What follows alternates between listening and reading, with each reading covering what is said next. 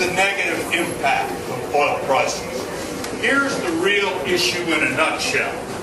Between 09 and 13, the exploration business over-leveraged or borrowed $272 billion more than their cash flow. And with 3 million barrels a day, and for easy math, drop of about $50 in the price, about $150 million a day being used primarily to pay down debt has been lost. Now, nobody got too concerned right away because there were factors mitigating against it. First of all, most average consumers got a pay raise with the lower gas prices. Typically, they're used to buy things that use energy. So did businesses. Businesses with fleets got a nice dividend and continue to enjoy it.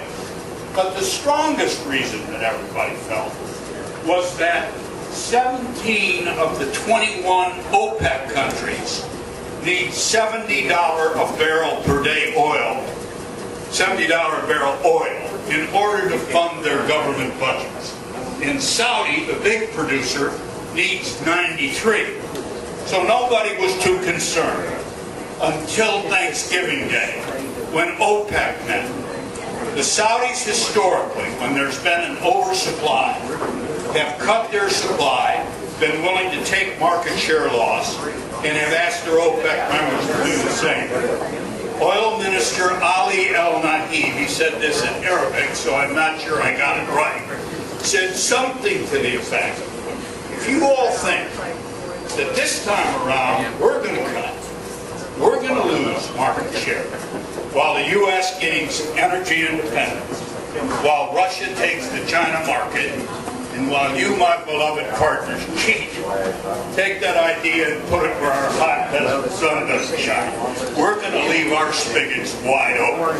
And that changed the world at that particular time.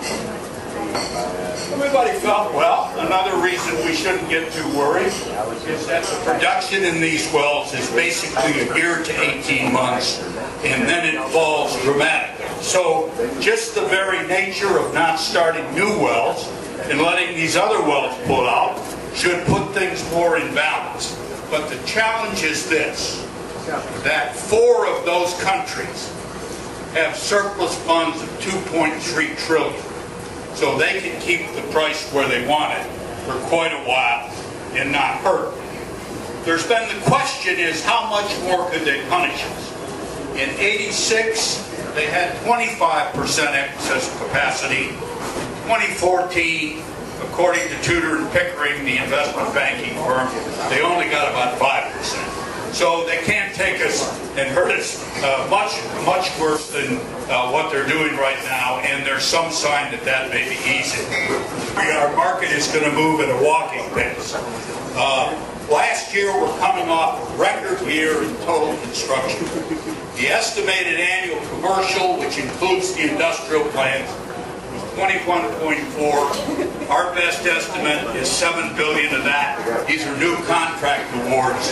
Was in the traditional commercial area, and there was $10 billion on top of that of residential construction.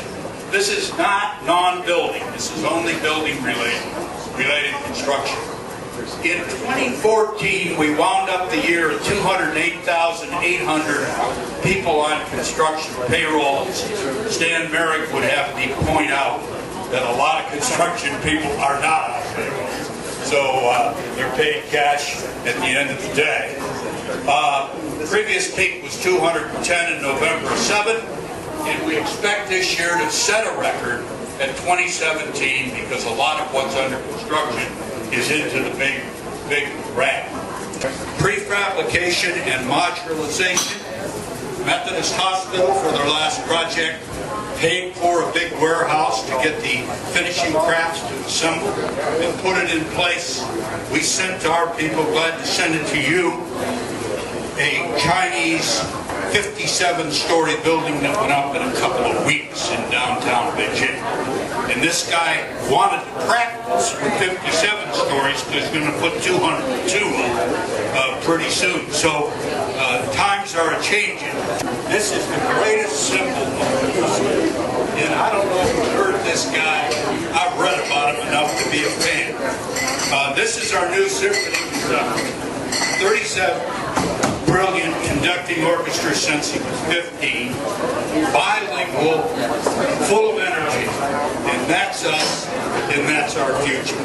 Thank you very much for letting me.